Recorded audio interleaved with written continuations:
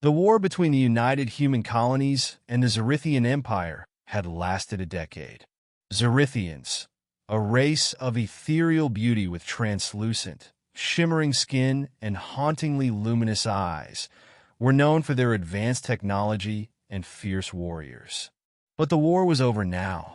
A fragile peace treaty had been signed, and soldiers were being sent to rebuild and secure territories ravaged by conflict.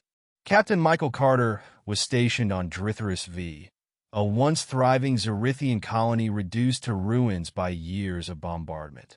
His job was simple: maintain order, oversee reconstruction, and ensure the Zarythian survivors abided by the treaty's terms. It was on one such patrol through the remains of the colony that he met her. Her name was Lyrith, and she was unlike anyone Michael had ever seen. Her silken silver hair flowed like liquid starlight, and her voice was a melody that seemed to echo in his soul. She was veiled in a soft, glowing fabric, her movements graceful despite the harsh environment. Lyrith approached him as he stood overlooking the remnants of a shattered Zarythian temple. Her large, luminescent eyes shimmered with something that looked like sorrow. "Human soldier," she said, her voice trembling. "I am Lyrith, widow of the Zarythian warrior Talvaris. I have lost everything to this war, my mate, my children, my home. I beg of you, take me with you. Let me come to your world as your wife." Michael blinked, taken aback. I don't understand. Why me? Why a human?" Lyrith lowered her gaze, the soft glow of her skin dimming with sadness. "Your people. You value bonds of love and family. Even in war, I have seen humans fight not for glory, but for each other. My kind, we are not so different, but I am alone now.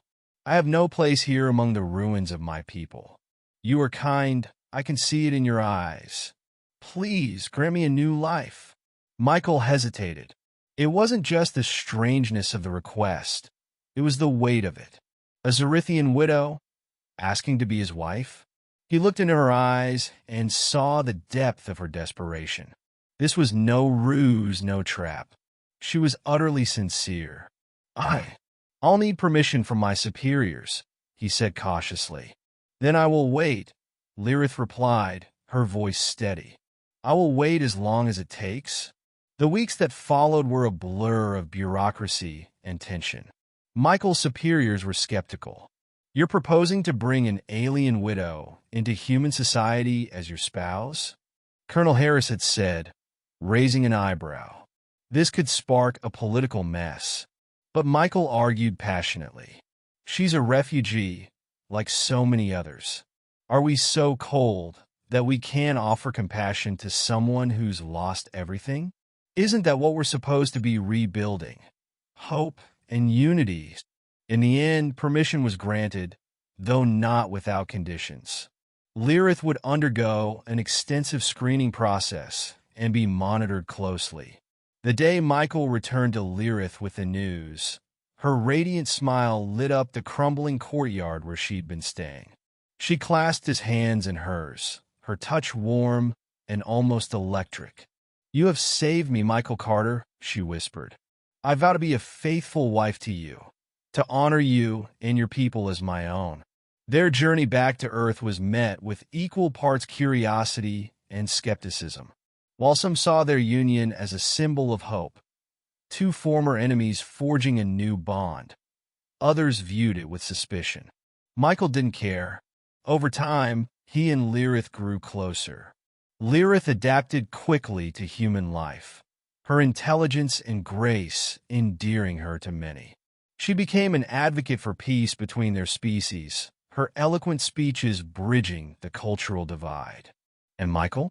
He found himself falling for her, not just for her beauty, but for her strength, her kindness, and her unwavering belief in the possibility of a better future. Years later, as they stood together under the starlit skies of Earth, their children playing at their feet, Michael turned to Lyrith and smiled. "Do you ever regret it?" he asked. She shook her head, her eyes glowing softly. "Not for a moment. You gave me a home when I had none. You gave me a family. I will love you, Michael Carter, until the stars themselves fade. And in that moment, the soldier and the widow, once from opposing worlds, knew that they had truly found peace.